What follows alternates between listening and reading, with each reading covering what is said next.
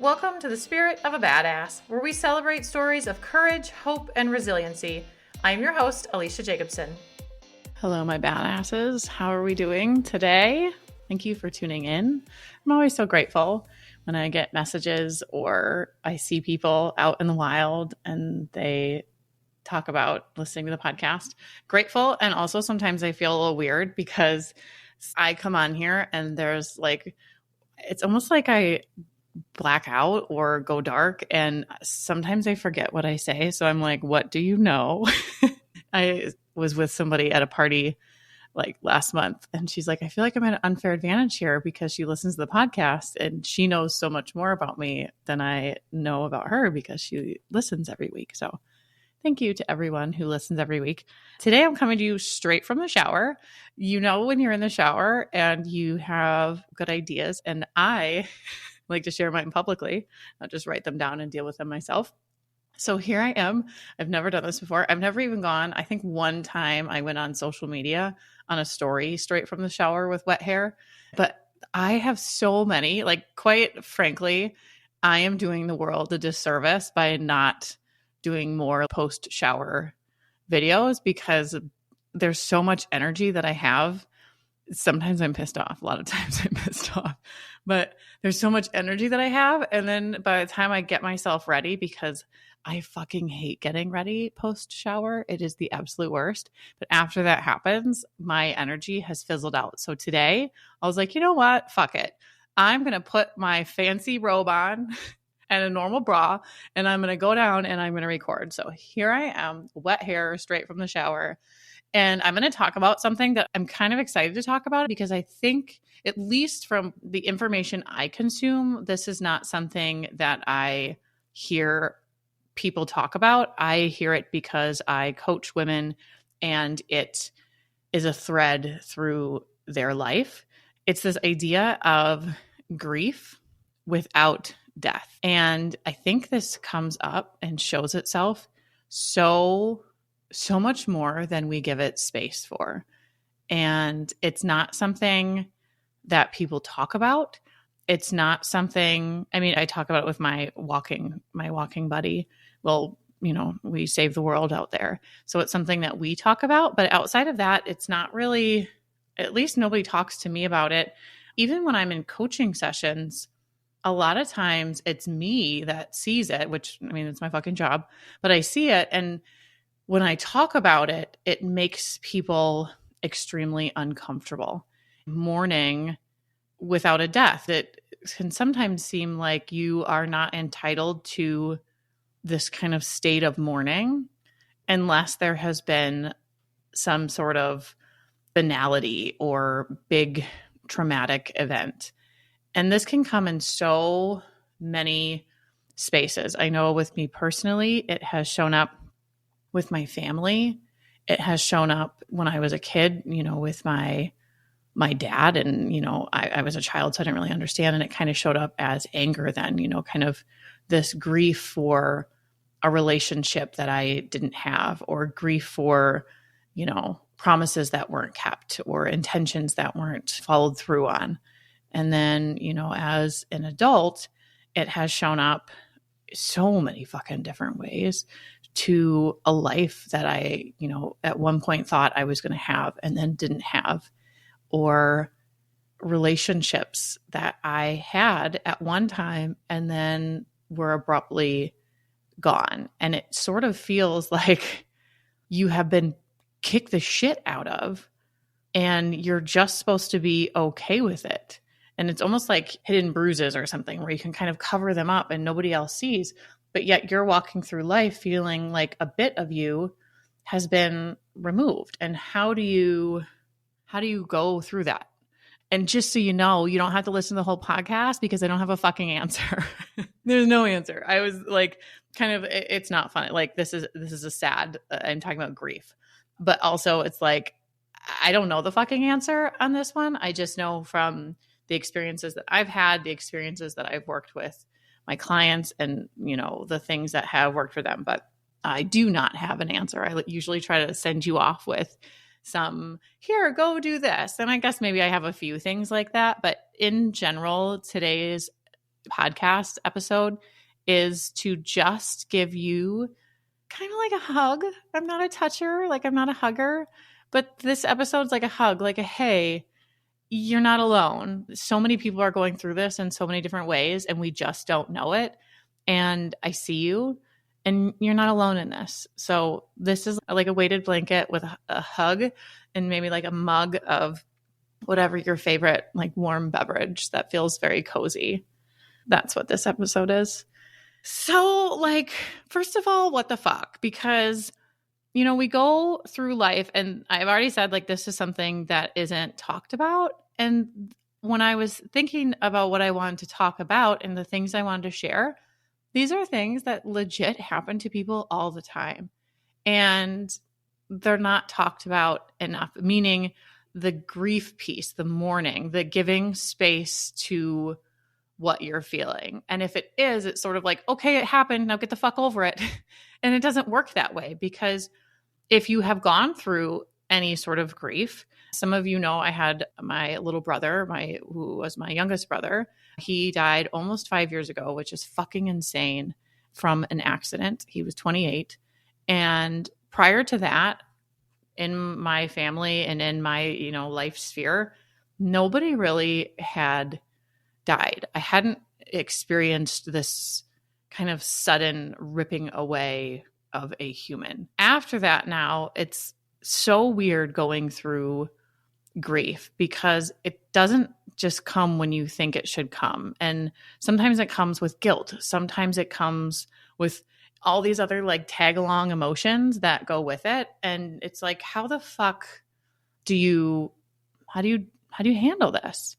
And that is expected, you know, that you're going to have this grief with that, because there is something that has happened. And then when you experience a grief and a mourning period that is sort of part of everyday life, the expectation is that you can have your space, and then you need to like shut up and move on. And that can be really hard, because like I just said, grief comes in these weird times and spaces. So you might be fine, but if it just hits you out of nowhere, where do you put that? Because you can give words to and space to, I lost a person. But anything other than that, when you're talking about it, even when you talk about losing like an actual, like a death, people get so fucking uncomfortable with talking about death. So if it's not about death and it's about a life you thought you were going to have, let's, you know, say you thought you were going to have kids and you can't, or you're having trouble getting pregnant and nobody really knows. People think that they can talk to you about these things, and it just stirs it all up, but you're supposed to just shove it fucking down. Or you have had a child that has a disease, maybe a diagnosis, cancer, and maybe you're getting through it, and maybe it's in remission and it's gone, and you're through the shitty ass time. But I guarantee you, there's not a day that goes by that you don't have that pit in your stomach of worry, of the what if. But talking about that and giving light to that and space, that would be mourning a life free of worry, because that's not something I worry about. I don't wake up in the morning thinking, I mean, don't get me wrong, I have tons of anxiety and what ifs, but that's not one of them. That is not something that I have to put on my plate in my like weight of the stones in my backpack, the worry that I carry every single day. That is not one of them. And it is something that makes people so uncomfortable to talk about. So it feels isolating for those of you who have had those happen. Another thing that I see come up, especially as, you know, we're getting older, and I mean, those of us in, you know, 40s and 50s and 60s and maybe some younger, but having a parent with Alzheimer's and memory loss, or any sort of disease that is kind of taking the life that you had, the relationship that you had with them, and it's taking it away. Maybe it's not a parent, maybe it's somebody close to you, but that's something that you have to deal with and live out every single day. And some days are going to be great and better than others. And some days it's going to fucking kick the shit out of you. And you are going to be so sad for the life that you're not getting to experience with that person. And we don't give space for that. It's expected to just deal with it. Going a little less on we know that I like to gravitate towards the gloom and doom. I can't help it. It's just part of who I am. I like to look the icky parts like straight on. Like, oh, this is fucked up. Let me stare at it and like burn my like retina. Friendships. This is something that I have experienced so often lately. Some of my own doing for my own changing. And there's just this misalignment that doesn't work. And some because I don't even know why. I had one friendship that I thought was a good friendship. And I just got ghosted. Completely fucking ghosted. And it was the weirdest, just the strangest experience afterwards, because it was months of me replaying the weeks leading up to it, reading text messages, wondering, what the fuck did I do? What did I do to have it just be nothing, no conversation? And maybe it wasn't me. Maybe she didn't feel comfortable having a conversation. Maybe I wasn't owed a conversation. I have no idea. But that was one that there was a lot of grieving with that. And that one would hit me like on her birthday. Was really difficult the first couple of years, because it was something that certain arrangements were usually made on her birthday that we were together, and that wasn't happening. And there was just a lot of things, but that's kind of an extreme one where there's ghosting, but then you're just different now. And the friendship worked at one time, and then now it doesn't fit anymore. And it feels really uncomfortable, but we don't talk. You can kind of do this blame game of, well, they did this, or, kind of justifying, I guess, the dissolving of the friendship. And that might make you temporarily feel better. But if you think, underneath that, you're fucking hurt. There is sadness, and there has to be given space to move through this grief. So wherever you are, backing up, this happens so much. If you think of the stages of life and what we go through at different ages, this happens a lot. And it happens to people that you're friends with. It happens to people in your family. And we're not taught really how to talk about fucking anything, but we're not taught how to express the sadness that we feel, the grief and the mourning that we're experiencing over something that's still right there. Like if you're mourning the life you are not living and that you don't get to have anymore, you have, at least what I hear most often, is kind of comparing yourself to other people. Well, they have it worse. I really just need to be grateful. Or let's say you have it where, your child had a sickness and now they're healthy and you feel guilty. That's why I said, like, the grief comes with guilt, because you feel like you shouldn't be feeling that way because some people weren't as lucky as you. But what you're doing is you're discounting and discrediting and ignoring this feeling, this seed that is planted of, hey, fucking pay attention to me. I am sad. I am hurt. I don't know how to deal with this. And if you don't give it space to take up, and not that it's going to go away. The things that I'm talking about, I mean, they might get easier, but some of them are never going to go away. This is going to be part of who you are forever. Ignoring it and acting like it shouldn't matter, or you have so much you should be grateful for now, and ignoring, pushing it away, shoving it down, it's only going to get bigger and darker. Oh, look, we just found our solution.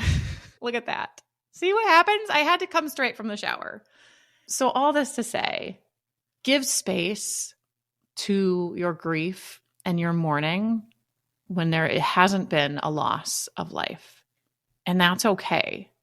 Now, we might come to a point where it's like, all right, girl, you might need some support with this, because there's a space between grief and mourning and sadness, and giving it the space it deserves. whenever it comes up and falling in a depression. Okay. I just want to be very clear on that, because if that's where you are, then we need to get additional support. This is for you're doing mostly well, but you're just shoving this shit down. Let it come out. And, how do you let it come out? Because you're shopping at the grocery store. And although I say the weird fucking shit where they're like, how are you? And I do the word vomit thing, it doesn't come off well because my face, I think people don't know how to handle me sometimes. Finding intentional space.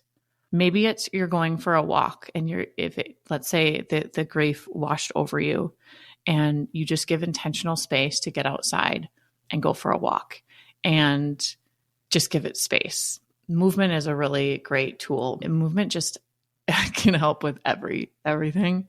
It helps with everything.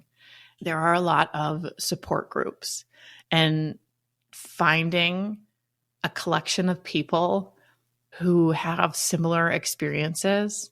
So even if people out in the wild aren't talking about this, there are groups of people talking about this. And maybe you can't find one, and maybe you're the one to give a space to it.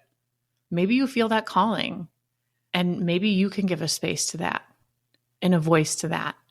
But finding people who experience the same thing, where you maybe don't have to go all the time, but maybe sometimes. Maybe you have it. I know there's some people where there are certain months that just fucking suck, A lot of times, for those of us in, the cold, wintry spaces, winter can be really, really hard. It restricts your movement in a lot of ways, unless you're a snow weather person. I don't think that I work with a lot of people like that. You're not getting vitamin D likely like you should. The fresh air gets restricted as much of it. You're closed up. You can't hear the outside. There's so many different ways that it impacts your mental health. So I guess we kind of did come up with some solutions. But really, I really just want you to know that you're not alone, and it comes out of nowhere, and that's okay, because everybody deals with this. Everybody deals with grieving the loss of something that, it alters your life. And you can still find, the silver linings or things like that, but not ignoring it, not attaching guilt to, well, other people have it worse. That isn't helpful. That isn't helpful at all. All it's doing is minimizing your experience, and you have every right to own that experience and feel what you're feeling. Feel your feelings. Fucking used to love that statement. Now it sounds so stupid. I don't know who came up with that, but I just imagine this like old white man in a chair, kind of like the Ross guy. Is that the painter? Feel your feelings. It kind of reminds me of that vibe. But really fucking feel them. Let them out. Create space for them.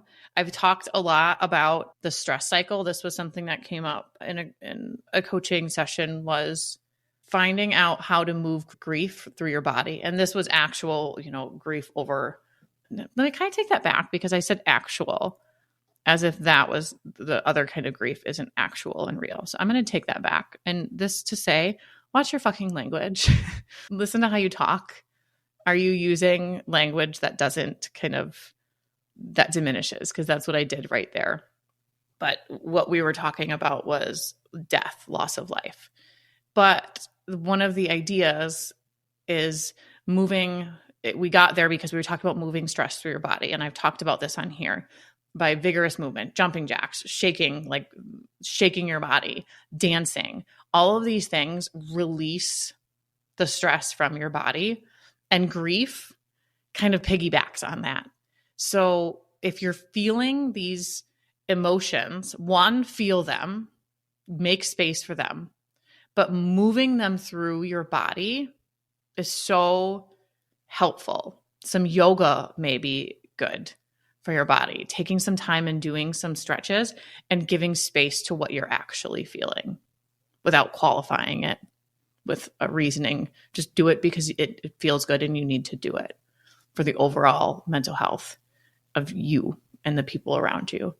And then going out and finding people who are in similar situations, because how this shows up, if you're pushing it down, not only is it impacting your mental health, but it can keep you from moving. It can cause the stress eating and the emotional eating, because if you're not tending to your emotions, a lot of times you eat them, or shopping or whatever. There's a fucking litany of things that can happen when you're not tending to the things that need to be tended to in your mind, in your body. And if you're doing some of those unhealthy habits, numbing out, maybe it's alcohol, but if you're doing some of these unhealthy habits that are not good for your overall well-being and moving you to where you want to go in life, how can we be different? How can you make space? How can you make space? So that is what I'm going to leave you with, is that not all grief comes from death, and it deserves space. It deserves tending to, and we all experience it in so many different ways, whether it's people or the life trajectory that we thought we were going to have and now we don't anymore. Illness, so many different ways. And it's okay. And give it space. And then move that shit through your body. Don't let it take up residency. Allow it to be there when it is there. And then shake it off. Not really, but Taylor Swift just popped in my head. All right. Thank you. Thank you as always.